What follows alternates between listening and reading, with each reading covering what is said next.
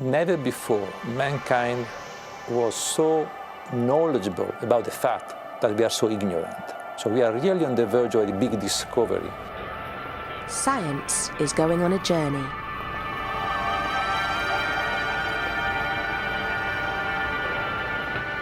We know 90% of the matter in the universe. We know it exists, but we cannot see them. Antimatter, S-quarks, neutralinos. The universe is made up of subatomic particles that are hidden out of sight. In order to find these particles, scientists have gone deep underground. Weakly interacting subatomic particles are all that can penetrate down here. But down is not the only place we're looking. We are also looking up.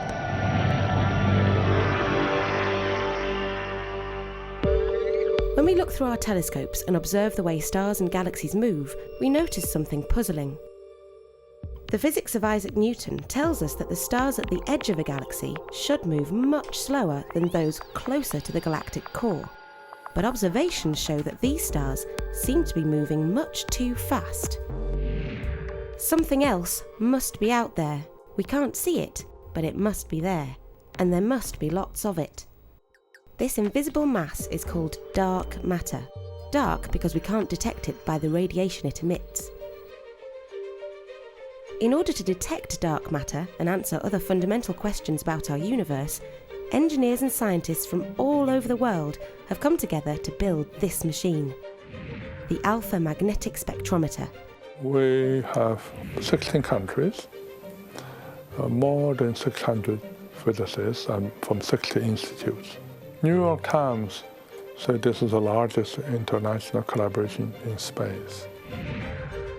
Built by institutes and research centres from Europe, Asia and the US, the various components of the AMS have been integrated at CERN, the Centre for European Nuclear Research, and then rigorously tested for space by the engineers at the European Space Agency.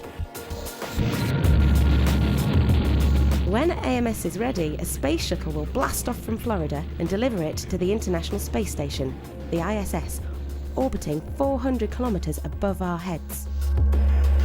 Unlike many other orbiting spacecraft, only the ISS has enough power and the right infrastructure to sustain the AMS for the years it will spend in space. Before the ISS, an experiment like this would have been impossible.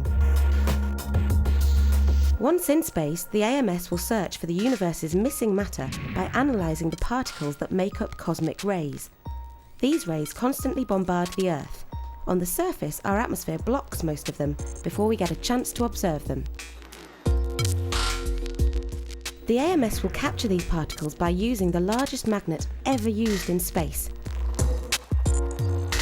Ultra-precise detectors will then identify the particles by measuring their mass, charge and energy. Another outcome from the experiment will be invaluable information that will improve ESA's knowledge about the behaviour of magnets in space. In the future, this could be used to build devices to shield astronauts from dangerous cosmic rays during long-term missions to Mars. The visible matter in the universe, such as stars, adds up to less than 5% of the total mass of the universe. The other 95% is made of missing dark matter and energy.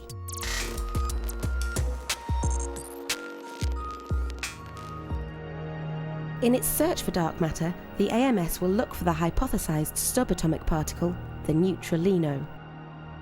If neutralinos collide with each other, they're expected to produce an excess of other particles. Nothing else in the universe would leave the same pattern of particles. If AMS detects such a footprint, it will be a good indication that neutralinos do exist, and that dark matter is a sea of them, bathing every galaxy in invisible mass. But dark matter is not the only odd matter the AMS is hoping to detect.